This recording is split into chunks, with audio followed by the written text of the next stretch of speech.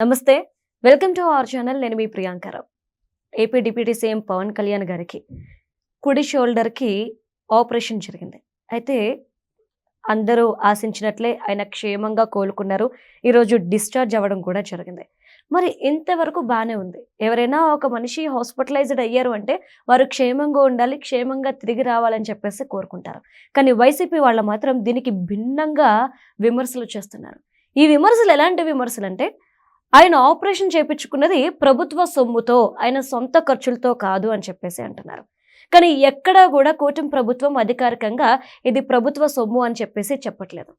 మరి ఇలాంటి దుష్ప్రచారం ఎందుకు చేస్తున్నారు?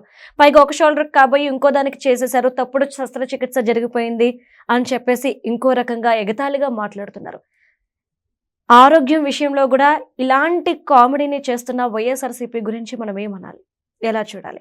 దీని మీద మనం డిస్కస్ చేద్దాం. మనతో పాటు జనసేన పార్టీ రాష్ట్ర అధికార ప్రతినిధి కూసుంపూడి శ్రీనివాస్ గారు ఉన్నారు. ఆయన అడుగుదాం. నమస్కారం సార్. చాలా సందర్భాల్లో పవన్ కళ్యాణ్ గారు ఆయన ఎంత బాధపడుతున్నారు షోల్డర్ పెయిన్ వల్ల అనేది చెప్పారు. అరే మీరు ఇలా చేపట్ల లాగేస్తున్నారు, నాకు ఇబ్బంది అవుతుందని. అలాంటి వ్యక్తి శస్త్రచికిత్స చేయించుకొని కోలుకోవాలరా బాబు అని చెప్పేసి రాష్ట్రం అంతా కోరుకుంటుంటే ప్రభుత్వ సొమ్ము వాడేసుకున్నారు అని చెప్పేసి వీళ్ళు ఆరోపిస్తున్నారు. మీరేమంటారు? అంటే విమర్శ చేయడానికి ఏదో ఒకటి సబ్జెక్ట్ కావాలి కాబట్టి పవన్ కళ్యాణ్ గారి మీద విమర్శ చేస్తే ఒక ప్రచారం వస్తుందని ఎప్పటి నుంచో వాళ్ళు చేసేటువంటి కుట్రది. సరే, దాని మీద పక్కన పెడదాం. పవన్ కళ్యాణ్ గారు ఆయన వ్యక్తిత్వం తెలిసిన వ్యక్తులు ఎవరైనా కూడా ఆయన ప్రభుత్వ సొమ్ము వాడుకుంటాడా లేదో అన్నది అందరికీ తెలిసినదే.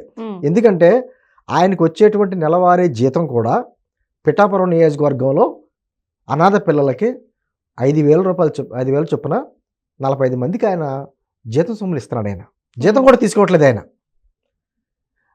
అదేవిధంగా గతంలో కూడా ఆయన మొత్తం అతని చరిత్ర అంతా చూస్తే ఆయన అధికారంలో లేకపోయినా కూడా ఆయన సొంత సొమ్ములు పట్టుకుని ఆ రోజున 3,000 మంది కౌలు రైతులు ఆత్మహత్యలు చేసుకుంటే వాళ్ళకి ఒక్కొక్కరికి 1,00,000 రూపాయలు చొప్పున 30 కోట్లు ఇచ్చాడు ఆయన. ఏనాడు కూడా తన చేతిలో సొమ్ముని ఇవ్వడమే తప్ప పుచ్చుకోవడం తెలియదు ఆయనకి. ఈ రోజున సహజంగా ఒక ప్రభుత్వంలో ఉన్నటువంటి మంత్రి స్థానంలో ఉన్నటువంటి వ్యక్తి అనారోగ్యం పాలైతే ఎక్కడ వైద్యం చేయించుకున్నా, అంటే భారతదేశంలోనే కాదు బయటకు వెళ్ళి అవసరమైతే కొంతమంది అమెరికా అక్కడికి వెళ్తూ ఉంటారు, ఎక్కడ వైద్యం చేయించుకున్నా ఆ ఖర్చులన్నీ కూడా ప్రభుత్వం భరేస్తుంది. కానీ పవన్ కళ్యాణ్ గారు ఈరోజు చేయించుకున్నటువంటి కుడి భుజం ఆపరేషన్తో పాటు గతంలో చేయించుకున్నటువంటి ముక్కుకు ఆపరేషన్తో పాటు ఆయన ప్రయాణ ఖర్చులు కూడా ఆయన సొంత ఖర్చులే డబ్బులే తప్ప ₹1 ప్రభుత్వం నుంచి ఆయన తీసుకోలేదు. ఆ అవసరం కూడా లేదు. అంటే వీళ్ళ ఉద్దేశం ఏంటంటే జగన్మోహన్ రెడ్డి గారు అంటే బ్యాచ్ గతంలో ఉంది కదా, జగన్మోహన్ రెడ్డి గారు ముఖ్యమంత్రి స్థానంలో ఉండి ₹1 జీతం తీసుకుంటాడని చెప్పి అనేవారు. ఆయన తీసుకున్నది ₹1, కానీ కోట్లాది రూపాయలు ప్రభుత్వ సొమ్ముని వ్యక్తిగత అవసరాలకు ఉపయోగించుకున్నాడు. అటువంటి వ్యక్తిత్వం పవన్ కళ్యాణ్ గారిది కాదు. ఎందుకు చెప్తున్నానంటమ్మా, సరే విమర్శ చేయొచ్చు, రాజకీయాల్లో విమర్శ చేసుకోవచ్చు. ఇందాక మీరు చెప్పారు చూసారా, కుడి భుజాన్ని చేయకపోయి ఎడమ భుజానికి అది ఏమన్నా పిల్లలాట, అది ఏమన్నా ఏదో ఆపరేషన్ చేసి లోపల మర్చిపోయారంటే చిన్నది. అది భారతదేశంలోనే అత్యంత గొప్ప పేరున్నటువంటి డాక్టర్ అయినా సచిన్ టెండూల్కర్ లాంటి వ్యక్తులు, అంటే క్రికెటర్స్ వాళ్ళందరూ చేయించుకుంటారు భుజాలకు సంబంధించిన ఇష్యూ వచ్చినప్పుడు. ఆ డాక్టర్ తోటే చేయించుకున్నాడు ఆయన. చేయించుకున్న తర్వాత మళ్ళీ కొన్నాళ్ళు ఆయనకి విశ్రాంతి కావాలన్నారు, ఫిజియోథెరపీ చేస్తూ ఉంటారు. అది అయిన తర్వాత మళ్ళీ ఎడమ భుజాన్ని చేయించుకోవాలి. దానికి దీనికి మధ్యలో గ్యాప్ ఉంటుంది. ఏంటంది అలా ఒక భుజాన్ని చేయకపోయి ఇంకో భుజాన్ని చేసేసారు అంటే ఎప్పటికెప్పుడు కనీసం హాస్పిటల్ వారు బయటకు రిలీజ్ చేస్తున్నారు కదా, హెల్త్ బులెటిన్ వస్తుంది కదా. ఏంటో చిన్నపిల్ల అంటే పాపం ఏం ట్రోల్ చేయాలో కూడా వాళ్ళకి అర్థం అవ్వట్లేదా? అంటే రీసెంట్గా వరంగల్ వచ్చారు పవన్ కళ్యాణ్ గారు, పాపం నిరంజన్ అనే బాబుని కలవడానికి. తర్వాత బాబు చనిపోయారు.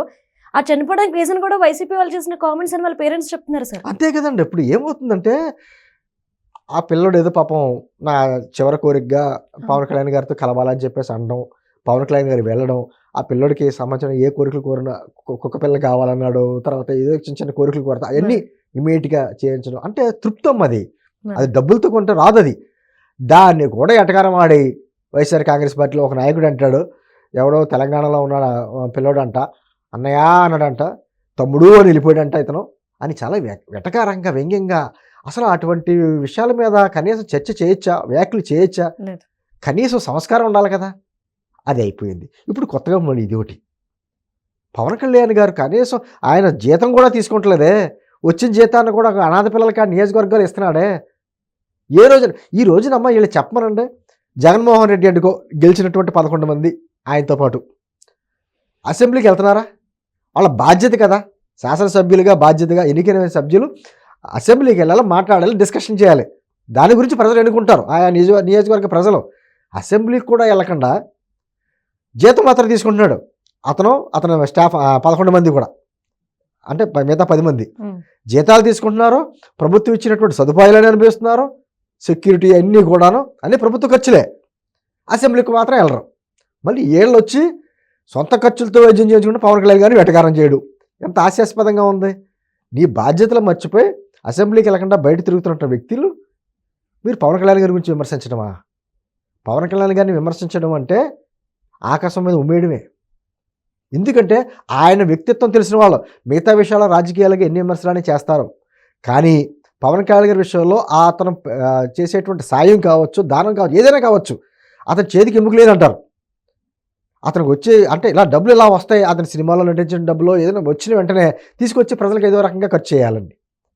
గతంలో చూడమ్మా, కరోనా టైంలో జగన్మోహన్ రెడ్డి గారే సీఎంగా ఉన్నాడు. అప్పట్లో భారతదేశంలోనే ధనిక ముఖ్యమంత్రి అతను. కరోనా లాంటి విపత్తు వచ్చింది. ఆంధ్రప్రదేశ్ ప్రభుత్వానికి 50 లక్షలు ఇచ్చాడు పవన్ కళ్యాణ్ గారు. తెలంగాణ ప్రభుత్వానికి 50 లక్షలు ఇచ్చాడు. పైన నుండి కేంద్ర ప్రభుత్వానికి 1 కోటి రూపాయలు ఇచ్చాడు. ఎవరు చెప్పండి, రాజకీయాల్లో ఉన్న వాళ్ళు ఎవరు ఇచ్చారు ఆ రోజున? వ్యాపారవేత్తలు ఎవరన్నా ఇచ్చారు, కానీ పొలిటీషియన్స్ ఒక్కడ ఇవ్వలేదే. జగన్మోహన్ రెడ్డి గారు 1 రూపాయి ఇచ్చాడా? విజయవాడలో వరదలు వచ్చినప్పుడు ఏమన్నాడు? 1 కోటి రూపాయలను ప్రకటించాడు.